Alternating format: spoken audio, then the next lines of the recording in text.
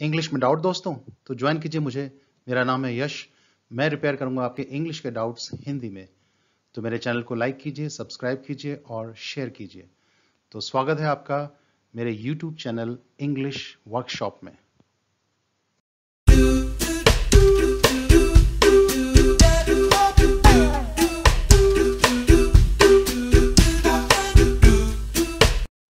English workshop में आज हम करते हैं अंडरस्टैंडिंग एडवर्ब, एडवर्ब को समझना। तो शुरू करते हैं आज का सफर। सबसे पहले आपके लिए एक टेस्ट। तो आपको यहां एक पॉज लेना है, इन सेंटेंसेस को देखना है और ये देखना है कि इन सेंटेंसेस में एडवर्ब कहां पर है और वो एडवर्ब कौन सी हो सकती है। तो कुछ सेंटेंसेस ये हैं और कुछ सेंटेंसेस ये हैं। तो बाकी हम आगे बढ़ेंगे।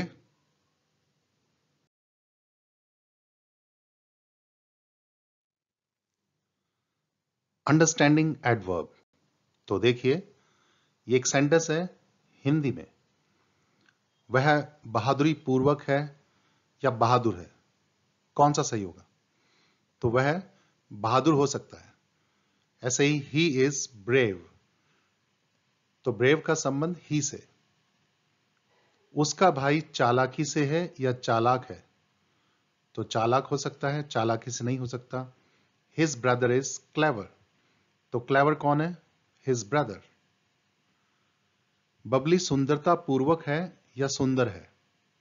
तो बबली सुंदर हो सकती है, सुंदरता पूर्वक सेंस नहीं बनेगी। तो बबली इज ब्यूटीफुल। तो ब्यूटीफुल कौन है? बबली।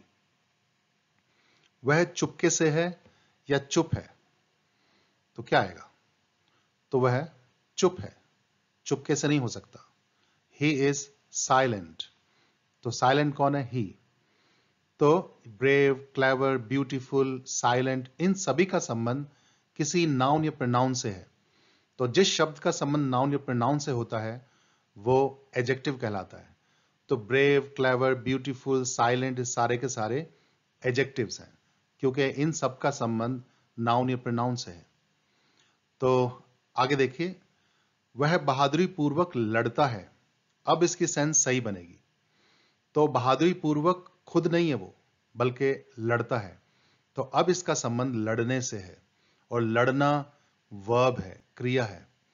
इंग्लिश क्या बनेगी? ही फाइट्स ब्रेवली या विद ब्रेवरी। तो ब्रेवली सिंगल वर्ड है और विद ब्रेवरी दो शब्द हैं।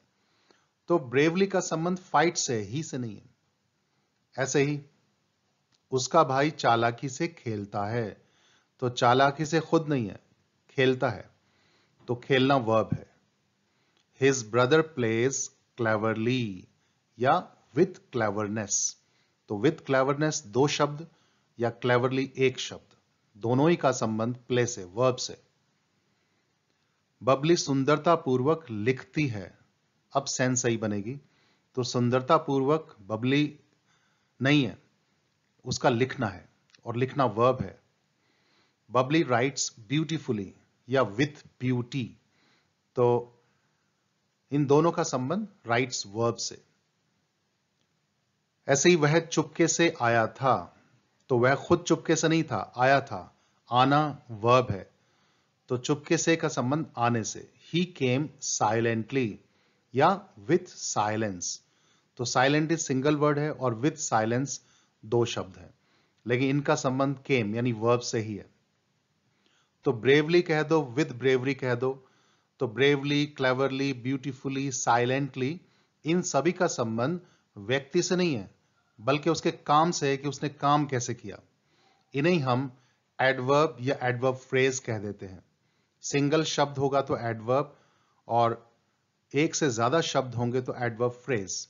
तो हम कह सकते हैं definition, an adverb is a word or a group of words that shows how an action has happened. कि एडवर्ब वो शब्द होता है या शब्दों का समूह होता है जो ये बताए कि काम कैसे हुआ है, किस तरीके से हुआ है।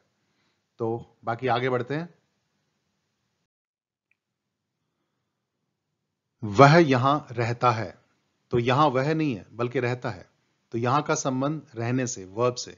ही लिव्स हियर। तो हियर का संबंध लिव से। हम वहां खेलते हैं, तो वहां खेलते हैं। वी प्ले देयर, देयर का संबंध प्ले से। सिपाही पीछे हट गए, तो पीछे सिपाही नहीं है, हट गए, तो पीछे का संबंध हटने से। द सोल्जर्स मूव बैकवर्ड, तो बैकवर्ड का संबंध मूव्ड से, वर्ब से। वह आगे दौड़ी, तो आगे वह खुद नहीं थी, दौड़ी थी, तो आगे का संबंध दौड़ने से। शी रैन फॉरवर्ड, तो फॉरवर्ड का संबंध रैन वर्ब से। मैं इस गांव में रहता हूं, तो इस गांव में रहता हूं, इस गांव में का संबंध रहने से। I live in this village, तो इन दिस विलेज का संबंध लिव से। हम मैदान में खेलते हैं, तो मैदान में खेलते हैं, तो मैदान में का संबंध खेलने से। We play in the ground, तो इन द ग्राउंड का संबंध प्ले से, वर्ब से। सिपाही दक्षिण की ओर चले, तो दक्षिण की ओर सिपाही नहीं थे, चले थे, तो इसका संबंध चलने से। The soldiers walk towards the south, तो टूवर्ड्स द साउथ का संबंध वॉक से, वर्ब से। वह नदी की ओर दौड़ी, तो नदी की ओर दौड़ी। She rain towards the river, तो टूवर्ड्स द रिवर का संबंध रैन से। तो ये सारे के सारे एडवर्ब हैं, इन सभी का संबंध वर्ब से है। तो पहले 4 शब्द हैं, ये सिंगल शब्द है तो एडवर्ब, बाकी के शब्दों के समूह हैं पर संबंध वर्ब से ही है, तो ये एडवर्ब फ्रेज हो जाएंगे। और ये सभी के सभी शब्द हमें किसी स्थान को बताते हैं, किसी प्लेस को बताते हैं। तो हम कह सकते हैं आगे, an adverb is a word or a group of words that shows where an action has happened, कि एडवर्ब वो शब्द होता है या शब्दों का समूह होता है जो ये बताए कि काम कहां हुआ है, उसे भी हम एडवर्ब कहते हैं। तो आगे बढ़ते हैं।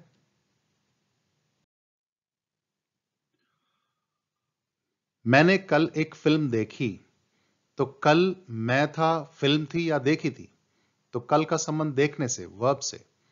I watched a movie yesterday, तो यस्टरडे का संबंध वॉच्ड से, वर्ब से।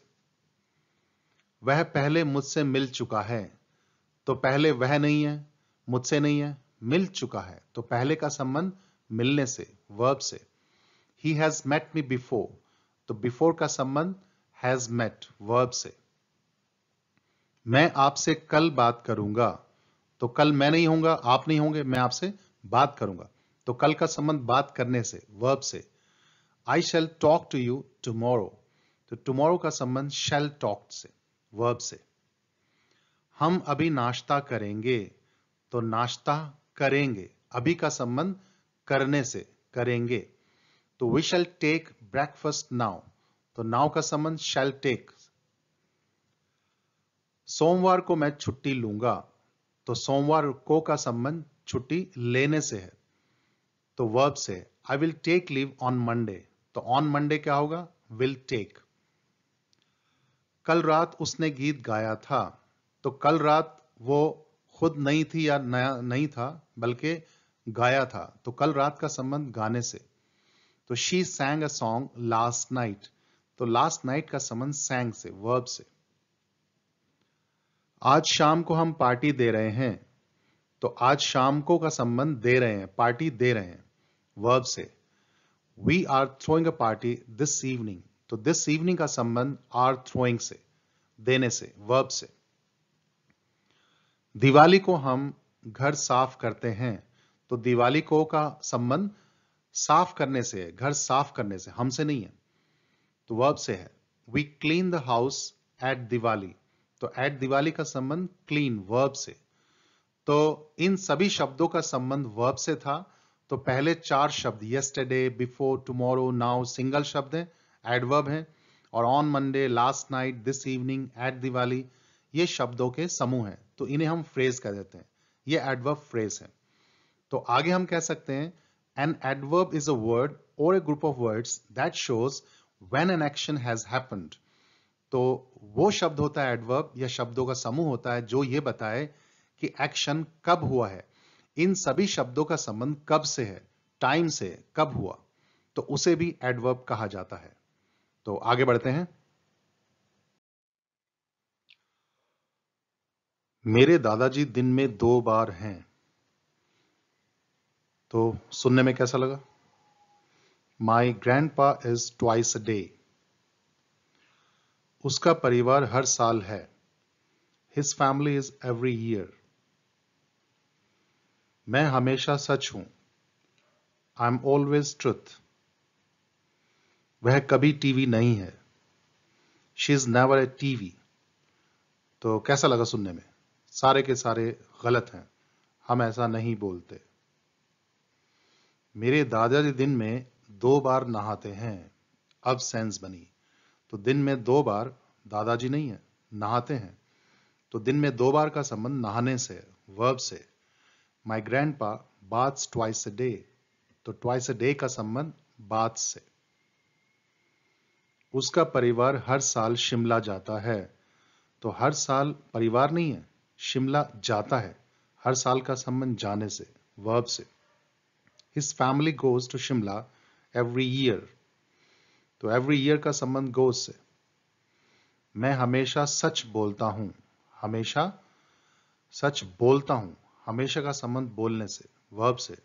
I always speak truth. तो always का संबंध speak से. वह टीवी कभी नहीं देखती. तो कभी नहीं का संबंध देखने से. She never watches TV. तो never का संबंध watches से. तो ये सारे एडवर्ब या एडवर्ब फ्रेज हो जाएंगे. तो सभी का संबंध वर्ब से है. और ये क्या शो करते हैं कि काम जो हुआ है कितनी बार हुआ है. 2 बार, हर रोज, हमेशा. तो हम कह सकते हैं an adverb is a word or group of words that shows how often an action has happened. How often का मतलब how many times, कितनी बार. तो adverb वो शब्द भी होता है या शब्दों का समूह होता है जो ये बताए कि एक्शन जो कार्य है कितनी बार हुआ है.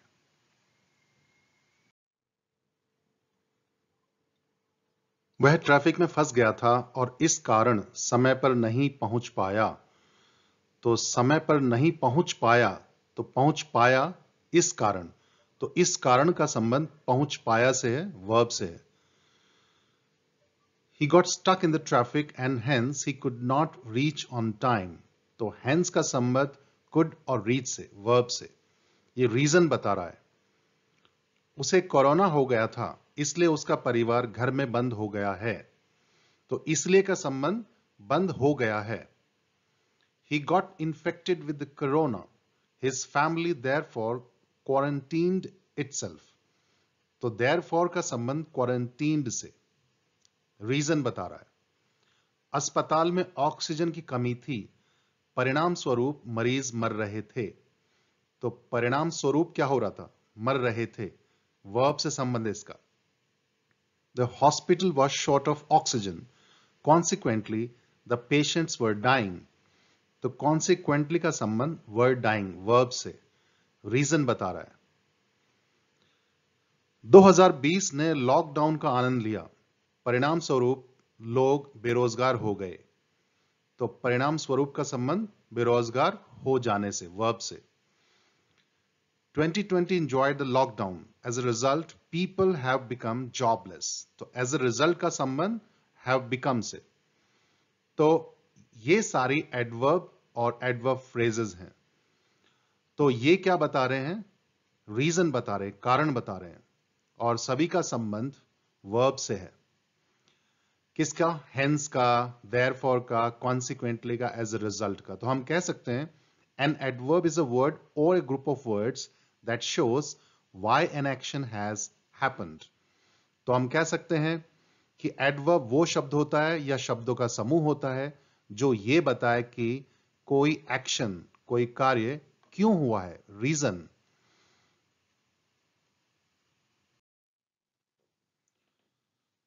वह चालाकी से खेलता है. तो चालाकी से का संबंध खेलने से. He plays cleverly. तो प्लेज क्लेवरली कैसे खेलता है? हाउ. इसका क्वेश्चन हाउ बनता है. इसे हम कहते हैं एडवर्ब ऑफ मैनर. तो एडवर्ब ऑफ मैनर का मतलब तरीका, किस तरीके से. वह यहां खेलता है. यहां का संबंध खेलने से. He plays here.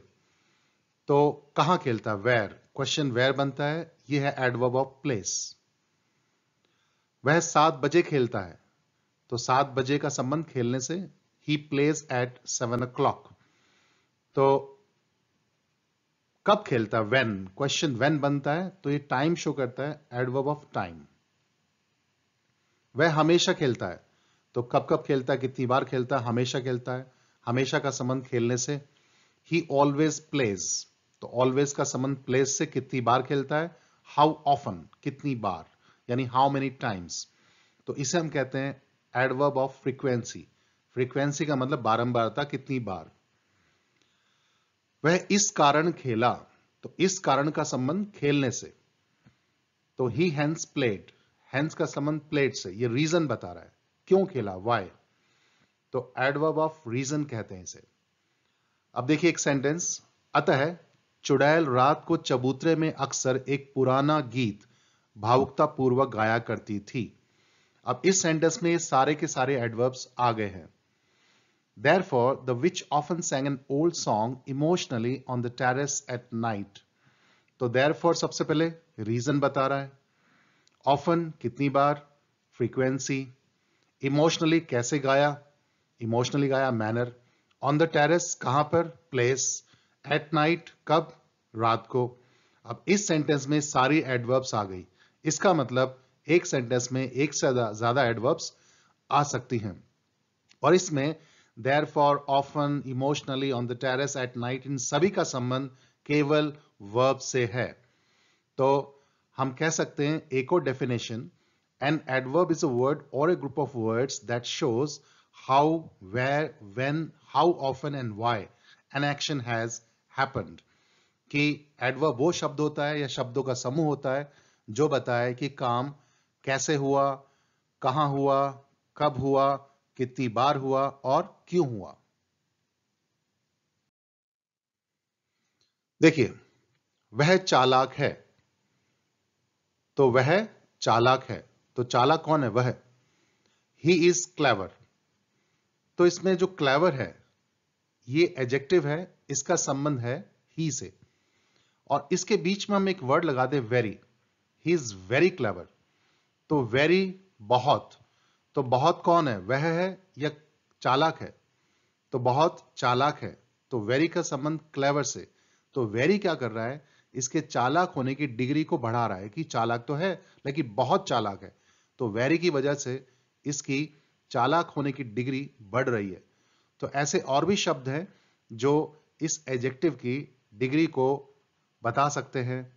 To clever, so clever, quite clever, fully clever.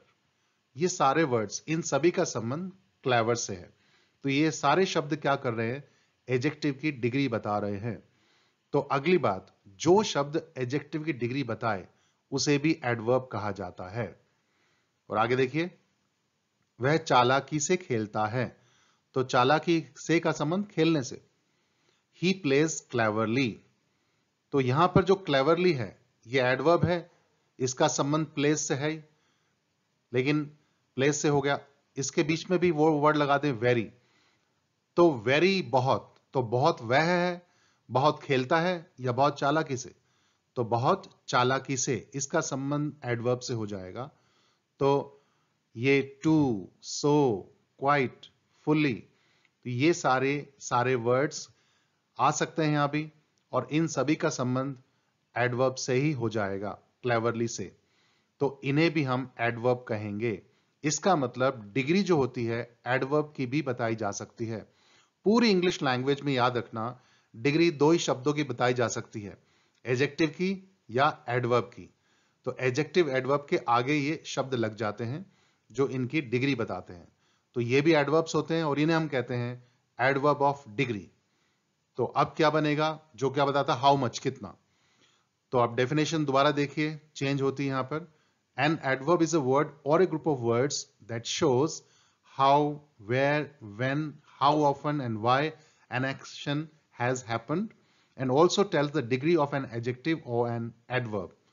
तो adverb क्या है? वो शब्द या शब्दों का समूह है जो ये बताए कि काम कैसे हुआ, कहां हुआ, कब हुआ, कितनी बार हुआ, क्यों हुआ. और साथ ही वो शब्द, जो शब्द एडजेक्टिव या एडवर्ब की डिग्री बताए उसे हम एडवर्ब कहते हैं. हमें समाचार मिला था ठीक पार्टी से पहले। तो ठीक पार्टी से पहले, ठीक का संबंध से पहले। We had received the news just before the party. तो just का संबंध यहां पर before से है, preposition से। तो just before the party। तलवार ठीक अपराधी के सिर के ऊपर लटक रही थी। तो ठीक सिर के ऊपर। The sword was hanging exactly over the culprit's head. तो exactly का संबंध over, preposition से, ठीक उसके ऊपर। तो ये भी एडवर्ब्स हैं, जस्ट और एग्जैक्टली दोनों का संबंध प्रेपोजिशन से है, तो इन्हें हम कह सकते हैं एडवर्ब फॉर प्रेपोजिशन। प्रेपोजिशन के लिए एडवर्ब्स हैं। कुछ फिल्मी सितारे मीडिया से बचते हैं बस क्योंकि शर्मीले होते हैं। तो बस का संबंध क्योंकि। Some film stars evade media simply because they are shy. तो सिंपली बिकॉज, सिंपली का संबंध बिकॉज से, और बिकॉज यहां पर कंजंक्शन है, तो सेंटेंस को जोड़ रहा है। तो adverb for conjunction. Simply adverb है जिसका संबंध बिफोर मतलब बिकॉज कंजंक्शन से। सौभाग्यवश चालक ने दुर्घटना होने से बचा लिया। सौभाग्यवश क्या हुआ, चालक ने दुर्घटना होने से बचा लिया। यह शब्द शुरू में आया है, इसका संबंध पूरे पूरे सेंटेंस से है। Fortunately the driver averted the accident. तो फॉर्चुनेटली का संबंध पूरे पूरे सेंटेंस से, the driver averted the accident. ऐसे ही संभवतः चौकीदार गेट को ताला लगाना भूल गया है। तो संभवतः का संबंध पूरे पूरे सेंटेंस से। तो probably the watchman has forgot to lock the gate। तो probably का संबंध the watchman has forgot to lock the gate पूरे पूरे सेंटेंस से। तो इस तरह fortunately, probably, obviously, possibly ये शब्द जब शुरू में आते हैं तो इनका संबंध पूरे पूरे सेंटेंस से हो जाता है। तो इनको हम कह सकते हैं एडवर्ब फॉर सेंटेंस। एक और होता है सेंटेंशियल एडवर्ब भी कहा जाता है इन्हें, लेकिन फिलहाल हम इसका नाम रखते हैं एडवर्ब फॉर सेंटेंस। तो ये भी एडवर्ब्स हैं। एडवर्ब फॉर प्रेपोजिशन जिसका संबंध प्रेपोजिशन से, एडवर्ब फॉर कंजंक्शन जिसका संबंध कंजंक्शन से, और एडवर्ब फॉर सेंटेंस पूरे पूरे सेंटेंस से। अब देखिए एडवर्ब कितने होते हैं। एडवर्ब ऑफ मैनर हाउ, जो सवाल पूछता है। Adverb of place where. Adverb of time when. Adverb of frequency how often. Adverb of reason why. इन सभी का संबंध होता है वर्ब से। और adverb of degree how much, इसका संबंध एडजेक्टिव एडवर्ब 2 से होता है। और एडवर्ब फॉर प्रेपोजिशन इसका संबंध होता है प्रेपोजिशन से। एडवर्ब फॉर कंजंक्शन इसका संबंध होता है कंजंक्शन से। और एडवर्ब फॉर सेंटेंस इसका संबंध पूरे पूरे सेंटेंस से होता है। तो डेफिनेशन अब आती है वही किताबी डेफिनेशन जो बचपन से हम देखते आए हैं, उसी के हिसाब से क्या बनेगी डेफिनेशन, अब समझना आसान हो जाएगा। An adverb is a word or a group of words that qualifies a verb, an adjective, another adverb, a preposition, a conjunction and a sentence। तो adverb वो शब्द या शब्दों का समूह होता है जिसका संबंध verb से हो, adjective से हो, पहले से दिए गए adverb से हो, preposition से हो, conjunction से हो, या पूरे पूरे sentence से हो। तो ये वो definition बन जाती है जो अब तक हम किताबों में, ग्रामर की किताबों में जो रटते आए हैं। Example words of adverb. अब देखते हैं एडवर्ब जितने भी होते हैं उनके कौन कौन से एग्जाम्पल वर्ड्स होते हैं। सबसे पहले of manner. Adverb of manner में ब्रेवली, स्मार्टली, फास्ट, ये आप सब पढ़ सकते हैं। ये सब बताते हैं काम कैसे हुआ। प्लेस के लिए है हियर, देयर, समवेयर, एवरीवेयर, ये सब प्लेस को शो करते हैं। टाइम बताने वाले नाउ, देन, टुडे, टुमारो, ये सब होते हैं। फ्रीक्वेंसी को बताने वाले वंस, ट्वाइस, ऑलवेज, नेवर। तो ये सारे के सारे जितने भी वर्ड्स हैं ये फ्रीक्वेंसी को शो करने वाले एडवर्ब्स हैं। आगे ऑफ रीजन, रीजन बताने वाले hence, therefore, consequently, as a result. Degree बताने वाले वेरी, टू, सो, लूजली, ये सारे के सारे डिग्री बताते हैं। और preposition के लिए जो होते हैं close, exactly, just, write down, all.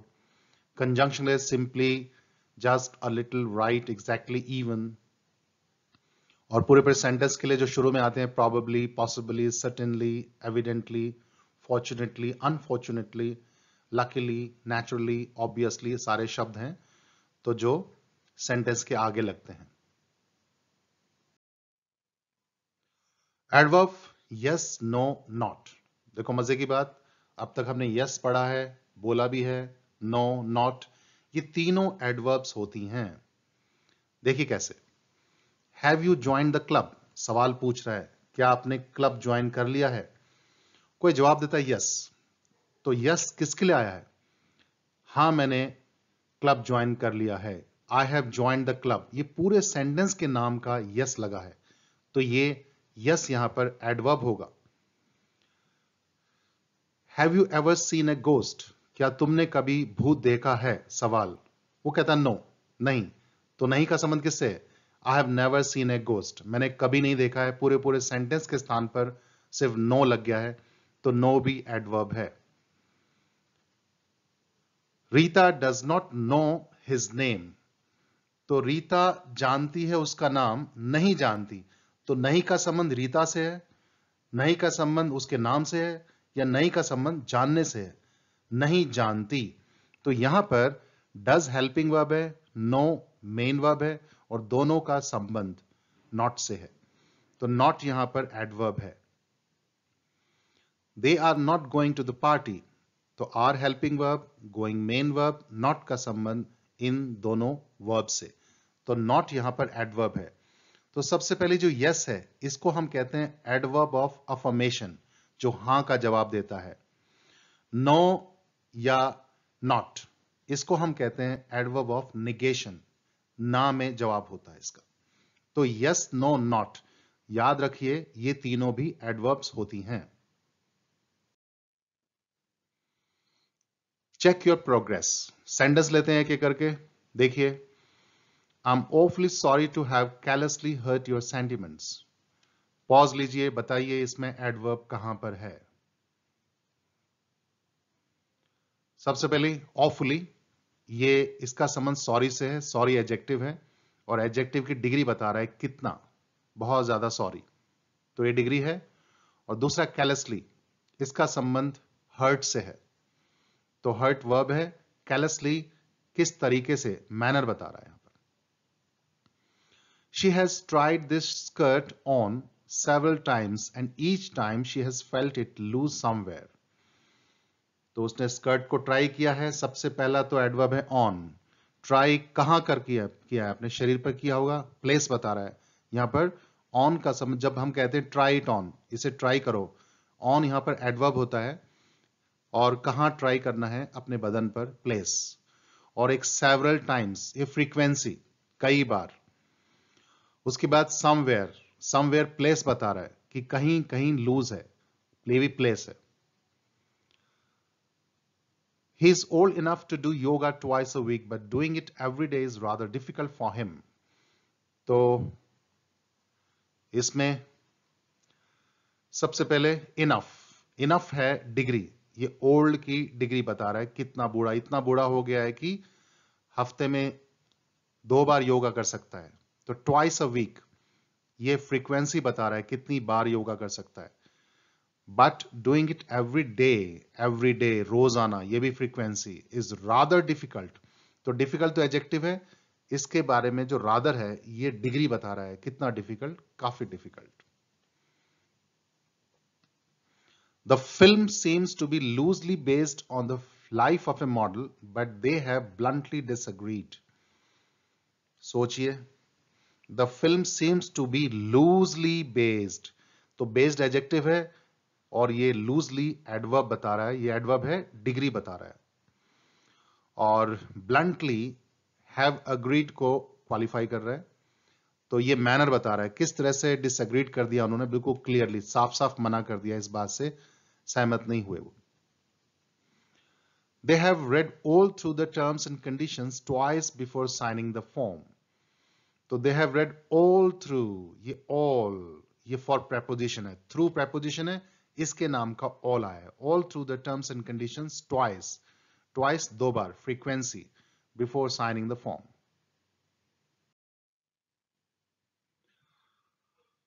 Fortunately, 4 of the bombs were defused. Unfortunately, one proved dreadfully fatal. अब पहले फॉर्चुनेटली ये फॉर सेंटेंस के लिए हो गया, पूरे पूरे सेंटेंस के लिए, और अनफॉर्चुनेटली भी पूरे पूरे सेंटेंस के लिए, और one proved dreadfully fatal. Fatal adjective है, और ड्रेडफुली कितना फेटल, कितना खतरनाक, जानलेवा, बहुत ज्यादा। ड्रेडफुली यहां पर बहुत ज्यादा को बताने के लिए है, जैसे वेरी फेटल, तो यहां डिग्री है ये। Evidently, some students shouted slogans too violently in the mess on Monday night. सोचिए, सबसे पहले तो evidently पूरे पूरे सेंटेंस के लिए आया है, और टू ये डिग्री बता रहा है किसकी, वायलेंटली की। वायलेंटली एडवर्ब है, इसका संबंध शाउटेड वर्ब से है कि बुरी तरह से चिल्ला रहे थे और नारे लगा रहे थे, स्लोगन्स, और टू बहुत ज्यादा डिग्री। इन द मेस कहां पर, प्लेस, ऑन मंडे नाइट कब, time.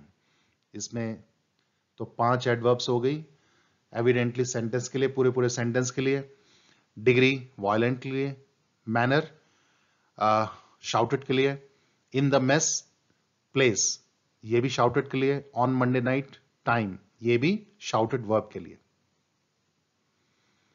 The principal therefore took a step strictly against them. They were totally grounded. बताइए, सबसे पहले therefore reason, took a step strictly, step कैसे उठाया, strictly manner, और they were totally grounded. grounded का मतलब नजर बंद कर देना, बिल्कुल आना जाना बंद कर देना पूरी तरह से, ये डिग्री बता रहा है। grounded एडजेक्टिव है। She would not succumb to your demands. Succumb, झुकना, even if they seemed fair enough. तो not पहले एडवर्ब है, आपको पता है, नेगेशन बताने वाला। would और succumb दोनों वर्ब्स का ये नेगेटिव, और even for conjunction, even if, तो even का संबंध if से, if कंजंक्शन है तो फॉर कंजंक्शन हो जाएगा, और enough ये डिग्री बता रहा है फेयर को, fair enough. Put your gun down, raise your hands up and walk backward until I order you to stop. तो पुट योर गन डाउन, सबसे पहले डाउन, डाउन का संबंध पुट से, वर्ब से। Raise your hands up, up का संबंध raise से, वर्ब से, प्लेस है ये दोनों। और बैकवर्ड, वॉक कहां करना है, बैकवर्ड पीछे की ओर, ये भी प्लेस है, डायरेक्शन पीछे। Until I order you to stop, तो ये 3 एडवर्ब्स हैं, इसमें तीनों प्लेसेस हैं। तो ये था कुछ एक idea, just to understand adverb. Adverb को समझने के लिए कुछ बातें हमने डिस्कस की। सब्सक्राइब करने के लिए बेल आइकॉन जरूर दबाएं, और इस टॉपिक से रिलेटेड कोई क्वेश्चन या सजेशन हो तो आप कमेंट सेक्शन में लिख सकते हैं, मैं उनके जवाब दूंगा। और नई टॉपिक के साथ नई क्लास में फिर हाजिर होंगे, तब तक के लिए हैव ए नाइस टाइम।